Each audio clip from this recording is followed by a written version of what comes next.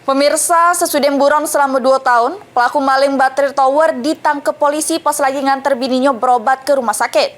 Korban apresiasi kinerja polisi yang berhasil mengungkapnya dengan menangkap pelaku yang merupakan pegawai pemeliharaan tower.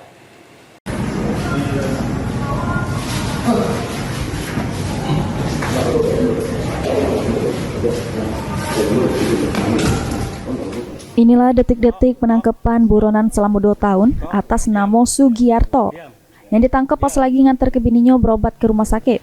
Pelaku bersama 3 kawannya maling baterai sama modul tower telekomunikasi di Jalan Raya Tugu Mulyo, Kelurahan Karangketuan, Lubuk Linggau pada September 2023.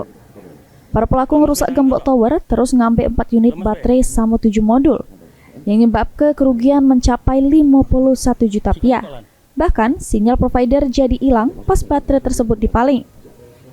Mirisnya, pelaku yang ketangkep ini merupakan pegawai perawatan di tower tersebut sehingga hafal dena lokasi sama barang-barang berego yang dipaling.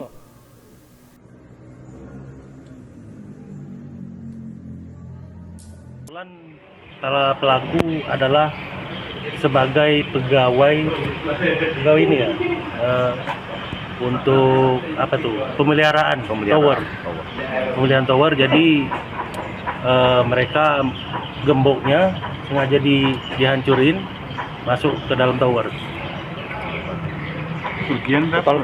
Kerugian kurang lebih diperkirakan 51 juta. Dengan menangkap si buron, pihak provider yang ngerasa dirugikan mengapresiasi kinerja kepolisian karena sudah mengungkap kasus yang lumayan lama. Provider pun mengucapkan terima kasih dengan ngirim ke papan bunga di depan Mapolda Sumsel.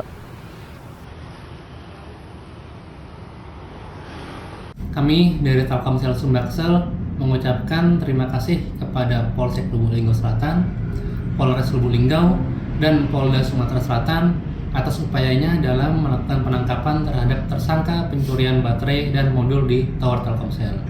Semoga keamanan dan ketertiban di Tower Telkomsel tetap terus terjaga dengan baik. Ini polisi masih bebas 3 pelaku lainnya yang identitasnya sudah diketahui. Sementara tersangka Sugiarto ditahan di Mapolres Lubuk Linggau dijerat pasal 363 KUHP dengan ancaman hukuman 7 tahun penjara. Mulyadi, PAL TV.